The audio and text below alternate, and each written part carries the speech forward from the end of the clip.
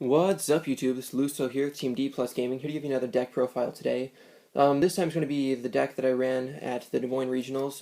This is my Evilswarm deck, so kind of the day after Tachyon Galaxy came out. First premiere of Evilswarm, and I don't know, it had mixed reviews. I wasn't too disappointed in it. I was hoping to do a little bit better. Two wins, 3 losses, and then I dropped out, just for time's sake. But yeah, it wasn't too bad. A lot of bad. So I'm going to give you the good and the bad to it as I go. Deck's pretty simple. 3 caster, 3 heliotrope. Of course, with that you have 2 rabbit. 3 Thunderbird, which was really good with Hidden Arsenal 7. They changed the ruling on him. They worded him so that he comes back to the next standby phase, not just your next standby phase. So coming back that much faster, it really helped out the deck in my opinion. 2 Mandragora. And then since I ran a Chaos build, I've got 2 Thunder King, 2 Effect Veiler, and a Blackluster Soldier, because why not? Another boss monster in the deck. Although with Tachyon Galaxy now being out, I will probably go and get rid of the light aspect for the most part, and go with Dark Arm Dragon and Kirkions in the deck. So that'll be something new to try out. I'll probably stick with that. Then spell wise, you've got Infestation Pandemics, 2 Forbidden Dress, Forbidden Lance. Lance was kind of iffy in this deck. I wasn't sure what I would need. The 800 attack manipulation was kind of why I had this in here at first, but I don't know, there wasn't a time when I had Lance in hand that I didn't wish it was a dress, just to protect the monsters from monster effects.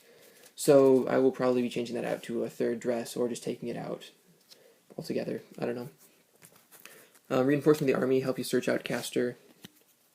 Mind Control is just a good card in general. Take control of your opponent's monster, so you can either attack beyond or attack through it. XYZ with it. Waste of Flip effect. It's got a lot of uses. Monster Reborn, Dark Hole, and Heavy Storm. I chose not to run any Mystical Space Typhoons main decked. I just sided them just to try and go through to the monsters faster. And I didn't regret that by any means. There wasn't a whole lot of decks that I faced up that had heavy back row. Even if there was, I was able to side it in the Mystical Space Typhoons for games 2 and 3 without too much difficulty. Then for the trap lineup, it's kind of like a rabbit build, so there's a ton of traps, and I just ran them in pairs. Mirror Force, 2 Deep Prisons, 2 Fiendish Chains, 2 Torrential Tributes, both Solemns, Warning and Judgment, and then Bottomless Trap Hole, Starlight Road, and kind of the controversial card in here is XYZ Reborn. I really enjoyed having this in here. A lot of people say not to run it in an Evilswarm deck, but to me, I don't know, it saved me quite a few times. It allowed me the leniency to be a little more careless with my monsters, especially Ophion. And then, to be able to just go, okay, use that, bait out a trap, and then bring Ophion right back to the field was something my opponents really weren't expecting. So I enjoyed having that in there. I don't know. Moving on then to the extra deck. Evilswarm-wise, I've got Nightmare, Thanatos, 2 Bahamut. I really liked having him in here. He was a good card, especially in matchups that weren't as favorable to me, like Fire Fist is kind of the weakness, heavy on monster effects. And just to be able to take your opponent's monster, and you do lose some hand advantage, but at the same time, I don't know, I liked having the second one in there when I needed it. As for these 2, Thanatos is more for the mirror match. Nightmare I will probably be taking out. I didn't use him at all. 2 Ophion. Most people recommend 3, and I would agree with that. Again, XYZ Reborn, just bring it right back, so it essentially acts as having a 3rd one in there without having to. But I'll probably try and acquire a 3rd one for the extra deck. Ouroboros, kind of hard to make, having 3 level 4s on the field. At the same time, if you're winning, you have them on the field. If you're losing, it's kind of hard to make. So, it's just to ensure the victory once you get going. Stardust Dragon for the Starlight Road. Gaga Cowboy. I had an actual cowboy in here. I've got a gunman right now for just as a proxy. Abyss Dweller. Maestroke. Photon Pappy. Number 39, Utopia. I ran Utopia Ray since I had it and had the extra room. And Gemini Pearl. I mean, Gemini Pearl I also use for the mirror match just because he has 50 more than Ophion, so when you need to get over that, it works. Overall, I would say I really enjoy the way the deck worked.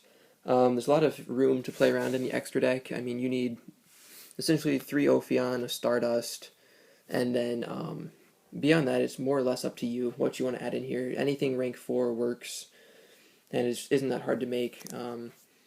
Since I'm running a Chaos build at the moment, I've been using an Ally of Justice Cataster in here more recently. I don't know, he works really well. With Effect Veilers, any other monster in the deck, just make him, and he can wreck your opponent just as much as Ophion does. I mean, let them special summon what they want and just attack into it, and if it's not a dark, it's destroyed. XYZ Reflect I had been running in here just as more monster protection against Ophion.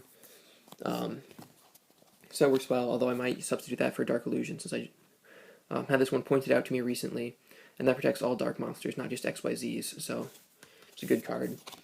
Kind of the main thing that this deck runs into is like Tempo. It's a really common side against it, or Stygian Dirge. Stygian Dirge takes and reduces all monsters your opponent controls by 1 level, and so if your opponent activates that on you, you have really nothing to counter that until you find a way to destroy that in their back row. So I mean, and then it makes your entire extra deck useless since all you have is 4s. Something I guess to watch out for. The other thing, like I said, was Tempo. They summon him, even if you manage to destroy him with like Bottomless, that he can still chain his effect and detach the remaining XYZ material from Ophion. So that gets really annoying at times. A new strategy to help this deck counter E-Dragon, since it does run a bit slower, I've seen is Cage to Cage. When you summon a monster, you can take and special summon him. And so that gives you an extra level 4 dark on the field. Helps you go into your Ouroboros, or I've even seen people running Shockmaster, just because he counters both Elemental Dragons and Spellbooks so well. So that'll be something I'm definitely going to consider adding in addition to Kyrkion and Dark-Armed Dragon to this deck. But yeah, so just let me know what you think. Questions, comments below. I'd be glad to hear from you. And as always, if you like what you see, go ahead and subscribe. It's Luso, signing out.